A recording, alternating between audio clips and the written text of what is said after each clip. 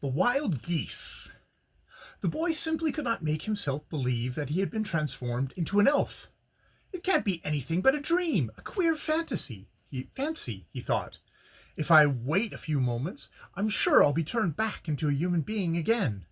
He placed himself before the glass and closed his eyes. He opened them again after a couple of minutes and then expected to find that it had all passed over, but it hadn't. He was, and remained, just as little.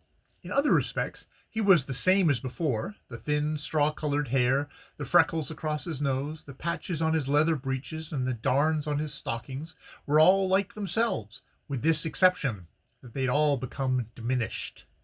No, it would do no good for him to stand still and wait. Of this he was certain. He must try something else.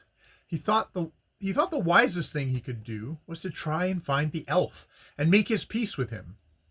And while he sought, he cried and prayed and promised that everything he could think of. Never more would he break his word to anyone. Never again would he be naughty. And never, never would he fall asleep again over the sermon.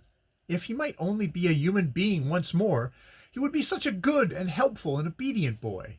But no matter how much he promised, it did not help him the least bit. Suddenly, he remembered that he had heard his mother say all the tiny folk made their home in cowsheds, and all at once he concluded to go there and see if he couldn't find the elf. It was a lucky thing that the cottage door stood partly open, for he never could have reached the bolt and opened it, but now he slipped through without any difficulty. When he came out in the hallway, he looked around for his wooden shoes, for in the house, to be sure, he had gone about in his stocking feet. He wondered how he should manage with these big, clumsy wooden shoes, but just then he saw a pair of tiny shoes on the doorstep. When he observed that the elf had been so thoughtful that he had also bewitched the wooden shoes, he was even more troubled. It was evidently his intention that this affliction would last a long time. On the wooden boardwalk in front of the cottage hopped a gray sparrow. He had hardly set his eyes on the boy before he called out, "Tee-hee, tee-tee!" Looks at Niles. Look at Niles the goose boy. Look at Thumbietot. Look at Niels Horgelson, Thumbietot. Instantly, both the geese and the chicken turned and stared at the boy, and then they set up a fearful cackling. "Cockly-coo!" cried the rooster. "Good enough for him! Cockly-coo! He has pulled my comb! Ca-ca-ca-ha! Serves him right!" cried the hens, and with that they kept up a continuous cackle. The geese got together in a tight group, stuck their heads together, and asked, "Who can have done this? Who can have done this?" But the strangest thing of all was that the boy understood what they said. He was so astonished that he stood there as if rooted to the doorstep and listened. "It must be because I've changed into an elf," he said. "This is probably why I understand bird talk." He thought it was unbearable that the hens would not stop saying that it served him right. He threw a stone at them and shouted, "Shut up, you pack!" But it hadn't occurred to him before that he was no longer the sort of boy the hens need fear. The whole henyard made a rush for him and formed a ring around him. Then they all cried at once, "Ca-ca-ca-da! Serve you right! Ca-ca-ca-da! Serves you right!" The boy tried to get away, but the chickens ran after him and screamed until he thought he'd lose his hearing.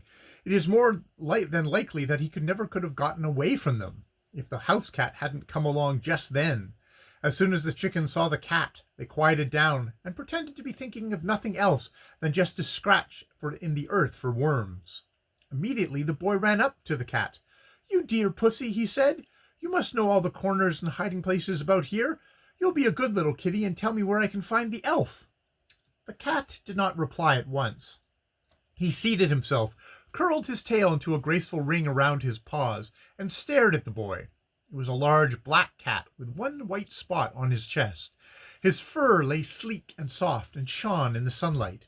The claws were drawn in, and the eyes were a dull gray, with just a little narrow dark streak down the center. The cat looked thoroughly good-natured and inoffensive. "I know well enough where the elf lives," he said in a soft voice, "but that doesn't say that I'm going to tell you about it." "Dear pussy, you must tell me where the elf lives," says the boy.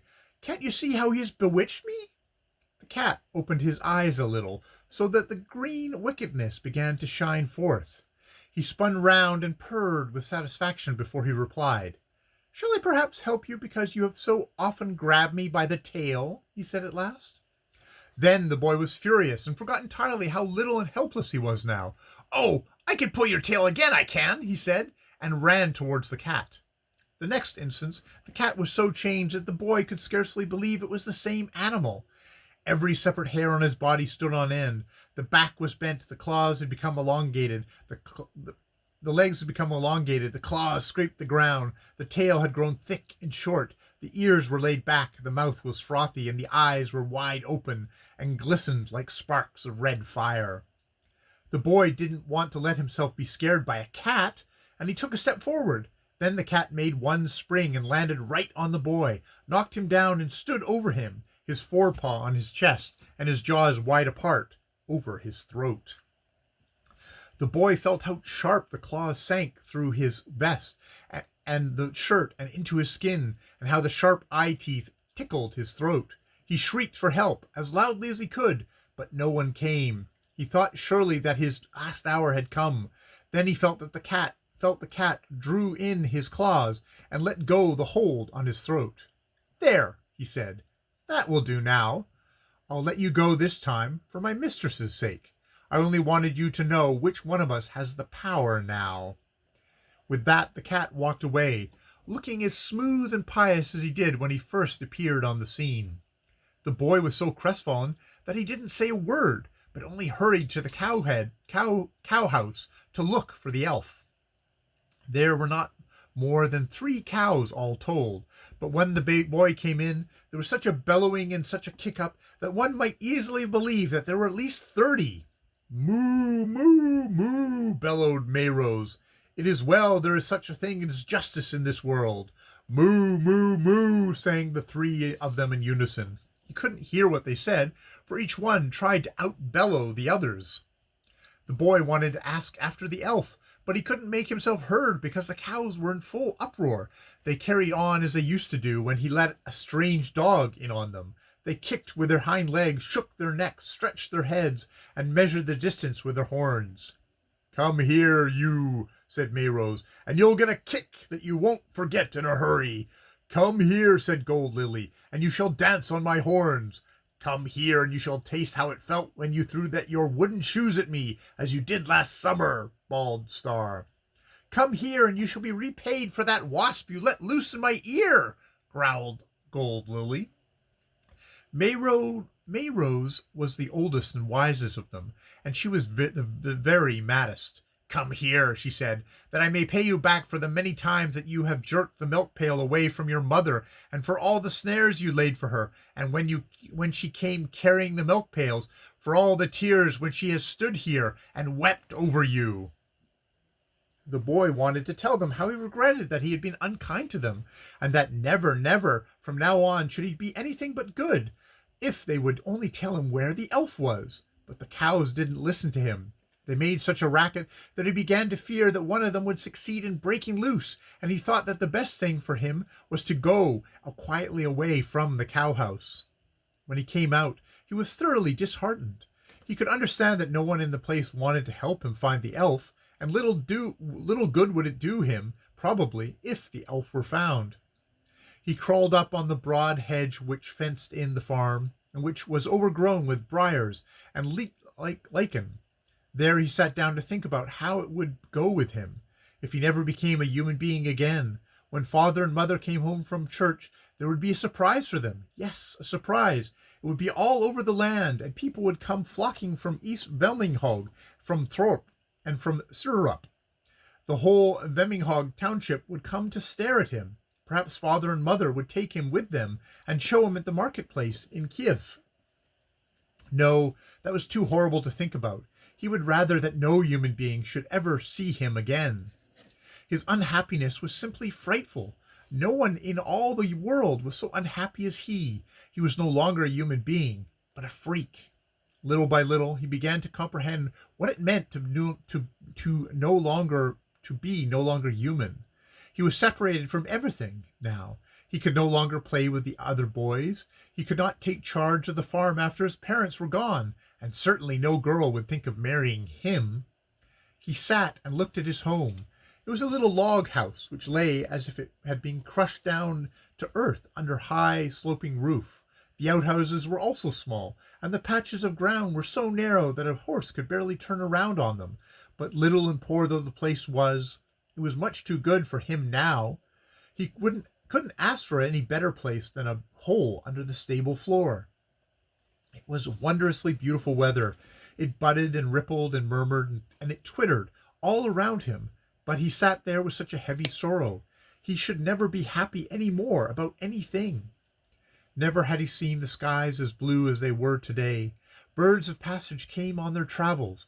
They came from foreign lands and traveled over the East Sea by way of Simonhunk, and were now on their way north. They were of many different kinds, but he was only familiar with the wild geese, who came flying in 2 long rows which met at an angle. Several flocks of wild geese had already flown by. They flew very high. Still he could hear how they shrieked, "To the hills! Now we're off to the hills!" When the wild geese saw the tame geese, who walked about the farm, they sank near the earth and called, come along, we're off to the hills!" The tame geese could not resist the temptation to raise their heads and listen, but they answered very sensibly, "We're pretty well off where we are. We're pretty well off where we are." It was, as we have said, an uncommonly fine day, with an atmosphere that it must have been a real delight to fly in, so light and bracing. And with each new wild geese flock that flew by, the tame geese became more and more unruly. A couple of times they flapped their wings, as if they had half a mind to fly along, but then an old mother goose would always say to them, "Now don't be silly, these creatures will have to suffer both hunger and cold." There was a young gander who the wild geese had fired with a passion for adventure. "If another flock comes this way, I'll follow them," he said. Then there came a new flock who shrieked like the others, and the young gander answered, wait a minute, I'm coming." He spread his wings and raised himself into the air, but he was so unaccustomed to flying that he fell into the ground again. At any rate, the wild geese must have heard his call, for they turned and flew back slowly to see if he was coming. Wait, he cried, and made another attempt to fly. All this the boy heard where he lay on the hedge. It would be a great pity, thought he, if the big goosey gander should go away. It would be a big loss to father and mother if he was gone when they came home from church. When he thought of this, once again he entirely forgot that he was little and helpless. He took one leap right down onto the goose flock and threw his arms around the neck of the goosey gander. "Oh no, you don't fly away this time, sir," cried he. But just about then the gander was considering how he should go to work to raise himself from the ground. He couldn't stop to shake the boy off, hence he had to go along with him, up in the air. They bore on towards the heights so rapidly that the boy fairly gasped. Before he had time to think that he ought to let go his hold around the gander's neck, he was so high up that he would have been killed instantly if he had fallen to the ground. The only thing that he could do to make himself a little more comfortable was to try and get up upon the gander's back, and there he wriggled himself forthwith, but not without considerable trouble. And it was not an easy matter either to hold himself secure on the slippery back. Between 2 swaying wings he had to dig deep into the feathers and down with both hands to keep from tumbling to the ground.